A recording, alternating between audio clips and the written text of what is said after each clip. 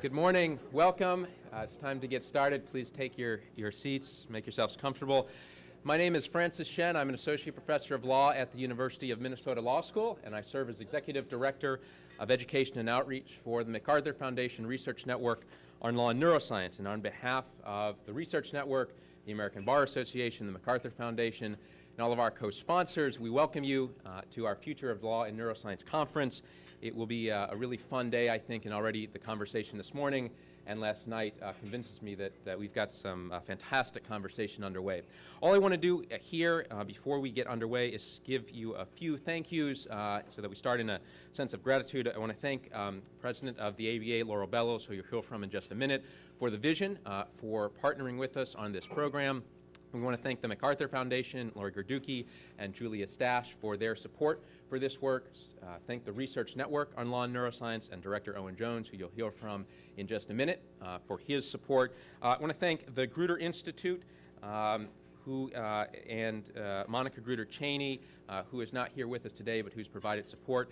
I want to thank the working group on education and outreach who put this together, Oliver Goodenough, who's here with us, Monica Grutter-Cheney, Stephen Morse as well, and many others in the Research Network, helping to think through the curriculum and the design of this program. Thank you to Vanderbilt Law School and to Sarah Grove, who many of you met outside, for supporting us. Thank you to all the staff here at the hotel, and especially thanks to Molly Bodine-Klur, who many of you have contacted. And as a point of logistics note, if you have any needs today, please contact myself or Molly. We'll be happy to set you up. Our first speaker today, offering some welcoming remarks, is President Laurel Bellows. President Bellows is a principal of the Bellows Law Group here in Chicago, and as president of the ABA has done some absolutely tremendous things. I encourage you to read her bio. It's her vision that helped us put this together, and I'm going to invite you to the stage to talk about the ABA and your work. Thank you so much.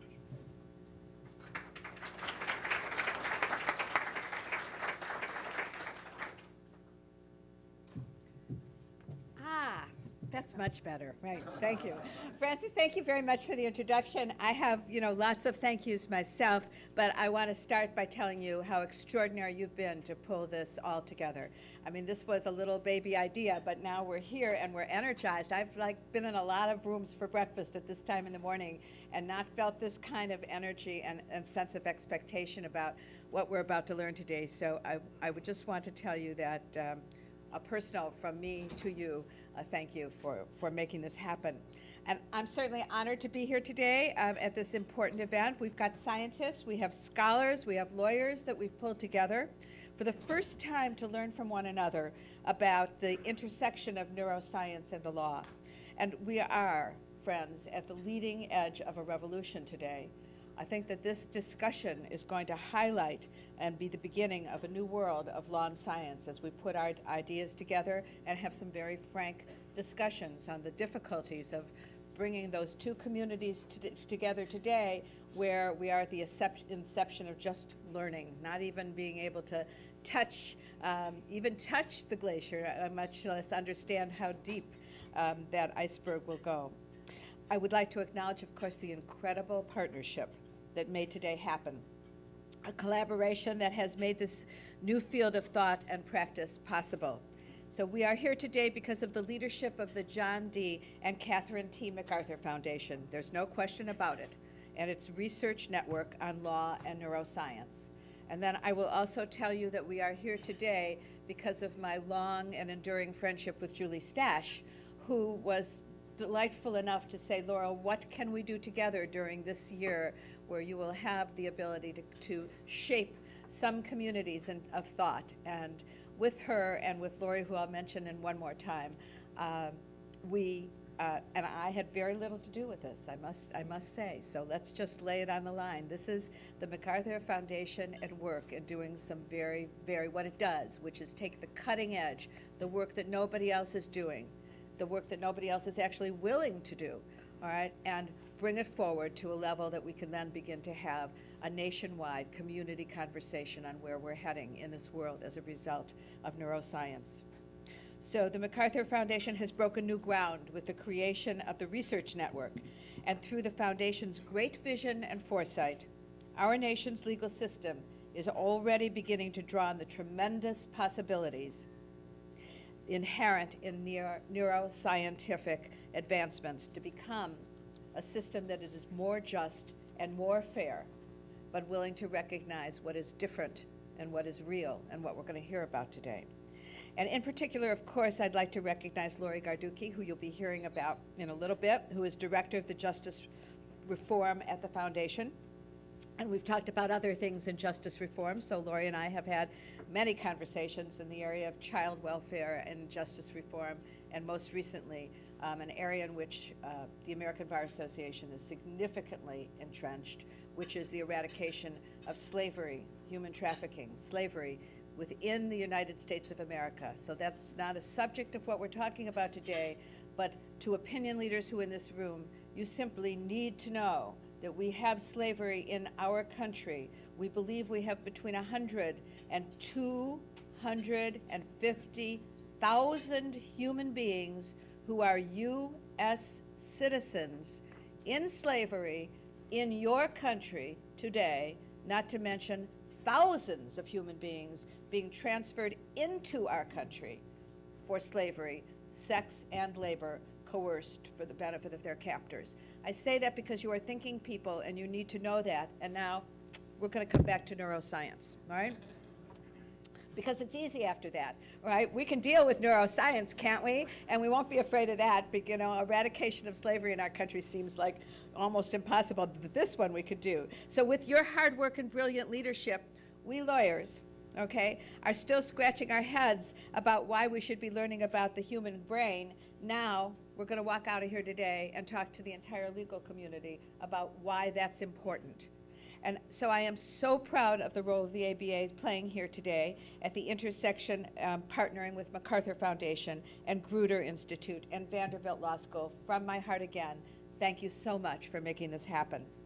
Our criminal justice section is represented today by Chris Slobogan, who will speak later in the morning about neuroscience and juvenile justice. And Eric Drogan will be featured on the decision-making panel. He's here too, immediate past chair of the ABA's Science and Technology section. Talk about a section that actually does get into the cutting edge. And current chair of our section on Science and Technology's Behavioral and Neuroscience Law Committee. So the ABA section on litigation has been very much in the forefront of this because these are the trial lawyers. And I would like also to acknowledge my new friend, Congressman Shaka Fattah, who I suspect we will be working together closely with over many years to come. And thank you for your commitment to this issue and for your willingness to take the lead. And now it's popular, but when you started talking about it, it wasn't all that popular a conversation, Congressman. So I congratulate you on taking a risk in a very important area. We are here today because we understand that as new technologies and advancements in neuroscience allow us to delve deeper into the human brain and all its mysteries, our system of justice will be forever changed. But this rush of knowledge and technology enables us to learn more about the human brain. We must, at the same time, approach what we're learning with care and thoughtful consideration, and that's why we're here today. Mental cognition is one factor that influences every aspect of our legal system. And whether we are talking about lawyers, judges, defendants, witnesses, juries, the ebb and flow of our legal jurisprudence depends on how human beings process information, apply knowledge, and make decisions. And we are only just beginning to understand how all that happens. Gone are the days when women were diagnosed with hysteria due to the wandering womb, or when an excess of passion was used to explain deranged acts. Although we are no longer turning to lobotomies or skull drills to cure those deemed insane, we still know relatively little about what drives us to think the way we do or to make decisions that shape our daily lives. But our knowledge base is evolving very quickly. As technology enables us to more easily examine the reasoning capacities of living, breathing people, we are learning by leaps and bounds. President Obama's recent unveiling of the BRAIN Initiative, a decades-long project that promises to map the inner workings of the human brain, we could see this knowledge grow at an accelerated pace. And with that knowledge comes an increased ability to predict behavior, identify neurological conditions, and diagnose mental illness. And in the legal profession, we are starting to see how these new abilities enable us to create a system of law in our country that is more just and fair in keeping with the real workings of our brain. Many lawyers are already eager to see this developing ability in criminal and civil cases on everything from constitutional questions and disability benefit issues to contract cases, the intent to enter into a contract, and litigation over emotional harms. For example, preliminary results of a study out of New Mexico suggest that brain scans of convicted felons could predict criminal recidivism. However, researchers caution that this study and its hypothesis are nowhere near ready to be used in real-life decisions. But researchers are hopeful that brain imaging tests could bring us closer to better ways to treat and rehabilitate even the most hardened criminals. Studies like this one are bringing new ways of thinking about human behavior and the law every single day.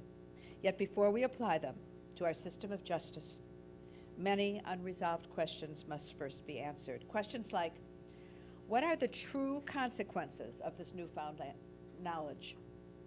How accurate is the knowledge? How fair will it be to use the new knowledge? And how well will we be able to enforce the limits of its use? As Professor Owen James himself cautions, there is no magic bullet when it comes to deciphering human behavior. However, if applied wisely, neuroscience can help the people who make up every part of our legal system make decisions that are reliable and, again, more fair, because our justice system is about fairness. That's what we're famous for in this country. That's really what separates us from every other country in the world, is the emphasis on the fairness for the one. We certainly have access to justice problems here, but we don't lack intent to be fair. At the ABA, the idea of how to balance the potential and the limitations of this exciting new world has been at the forefront of our work on this issue. The ABA's Science and Technology section and the Association for Advancement of Science partnered to create the National Conference of Lawyers and Scientists. And since 2006, these two groups have sponsored a series of judicial education seminars on emerging issues in neuroscience. Together, they have examined the jurisprudence of science and come up with 3 important guidelines. In all decisions involving the use of neuroscience in the legal realm, we must look at what science has to offer the law, what science is actually proving, and what scientists are doing to arrive at their conclusions. And meanwhile, our criminal justice section has done considerable work when it comes to using neuroscience to identify the issues of fairness and justice for juveniles. Through neuroscience, it's becoming possible to portray in stark scientific terms, the difference and the challenges inherent in the brains of adolescents, addicts, and trauma victims. So in 2011, the ABA House of Delegates, which is our policy-making body, adopted a policy sponsored by the ABA's Criminal Justice Section that called for specialized Miranda warnings for juveniles, based largely on neuroscientific research that showed that juveniles did not understand the rights that were being read to them. And in addition, due to the advancements in neuroscientific research, the legal system is beginning to adjust sentencing guidelines for these populations and enable them to get help that they need to rehabilitate. So neuroscience has played a role in the proliferation of drug courts, community courts, mental health courts, veterans courts. And as the ABA's Coalition for Justice stressed in 2001, these problem-solving courts, they are problem-solving courts, build effective coalitions between the courts and communities and increase public trust and confidence in our judicial system. But the moral core of our legal code continues to dictate that criminal responsibility is viewed through the prism of behavior, not brain states. Ultimately, our criminal system has been set up to punish people for the things they have been convicted of doing, not what scientists predict them to do. In other words, we must remember that as technologies allow us to learn more and gain more insight into why and how a human mind works, we must not allow science to dictate justice. Rather, we must work even harder together to keep the balance of justice intact. And so today, I would simply conclude that for me, the practice of law is a passion. You've heard me say it. I love the fact that I'm a lawyer.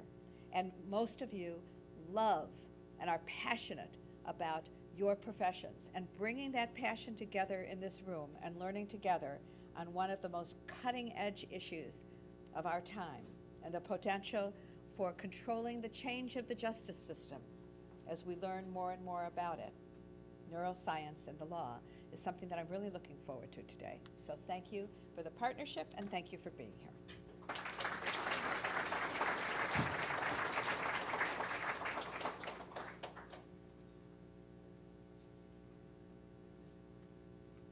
Thank you, Laurel. I next want to bring to the stage Dr. Lori Garduque. In your program, it's listed as Julia Stash, who unfortunately can't be with us today, but we're pleased to have Dr. Garduque, who has been, is the Director of Justice Reform at the Macarthur Foundation, but has also been really the shepherd for the Research Network on Law and Neuroscience from its inception and through its development. And so we thank the Foundation and Lori for all of her work, and we welcome you to the stage.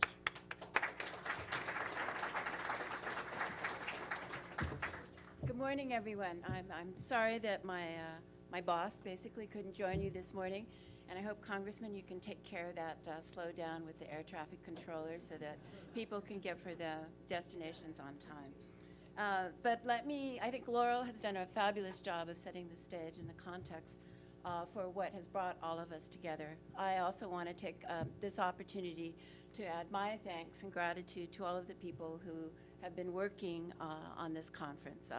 We appreciate this opportunity to partner with the ABA. It's enduring interest in bringing science to bear on the law, and its particular interest in law and neuroscience in organizing today's conference. We know from the work that we have done the value and importance of integrating the work of researchers with communities of practice, and applaud Laurel's vision and leadership in forging such partnerships.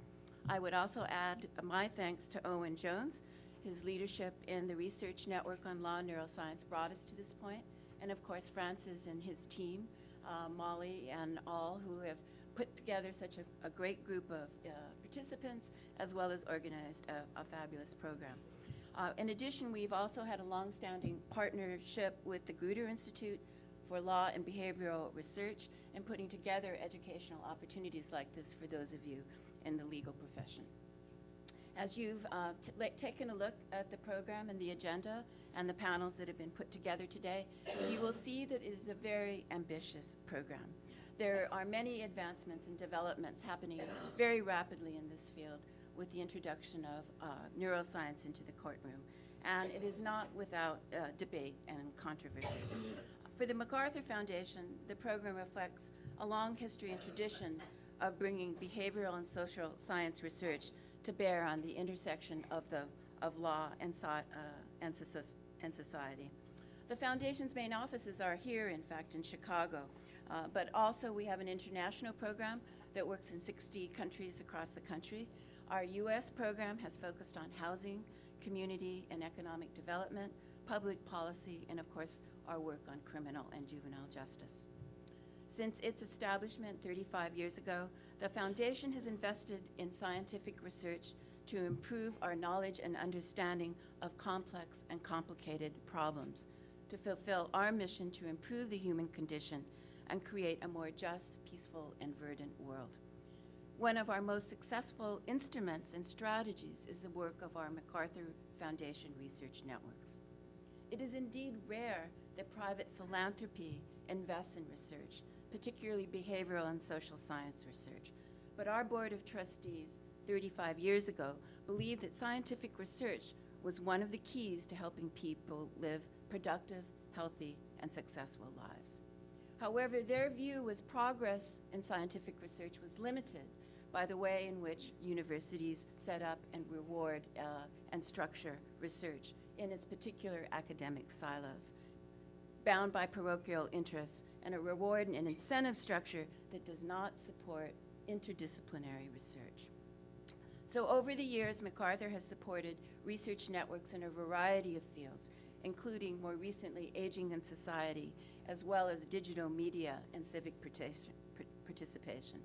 But particularly salient for our meeting here today is the work that we've been doing at the intersection of law and science. We have funded, as Laurel noted, a research network on adolescent development and juvenile justice, an additional research on mental health and the law, another research network that looked at mandated community treatment. And we've had great success in seeing that knowledge and information influence practitioners and policymakers in making changes in law and practice. Most recently, the landmark decisions of the U.S. Supreme Court in abolishing the juvenile death penalty and abolishing mandatory juvenile life without parole sentences. So why has the foundation invested now in law and neuroscience? It is indeed with the promise that we see in using neuroscience to create a more fair and just legal system. From the press release of our research network back in 2011, I want to note that we've actually been in the field since 2007, where we brought together the Law and Neuroscience Project, a collection of lawyers, neuroscientists, psychologists, and other behavioral researchers to look at how neuroscience might impact the law. When we moved the work from UC Santa Barbara to Vanderbilt, it was the intent of addressing very specific legal questions and problems with the idea of how can this body of knowledge and information improve law and policy. And we believe that neuroscience could have the same kind of impact on the legal system and legal decision-making that is as dramatic as DNA testing. Neuroscientists need to understand the law, and lawyers need to understand neuroscience. We hope that this ambitious effort will help address the difficult legal and ethical questions that inevitably arise as neuroscience progresses in its ability to understand and affect behavior. This conference underscores the importance of a continuing and ongoing dialogue. It is by no means the case that the research network will stand back, conduct its science, and then provide you with the template for how to do law and neuroscience more justly and effectively. As Laurel has suggested, there is both promise and peril in the use of neuroscientific evidence in the justice system. Therefore, it's critically important to engage in a dialogue about what the appropriate limits are to its use and what the standard should be for assessing the quality and relevance of scientific evidence. So perhaps in another decade, we'll look back and see this conference as a watershed moment. We want you to learn and to reflect. We want to enlist you in ensuring that the research network is legally relevant and ecologically valid in the questions and problems that it considers, and that neuroscientific research evidence is used responsively and appropriately when it enters the courtroom. We encourage you to be provocative, generative, skeptical, and curious, although I suppose that sort of doesn't need to be said for a room full of lawyers. But we thank you for your interest and willingness to explore this new interdisciplinary field, and we thank you for the Congressman for joining us and his leadership in this field. Thank you.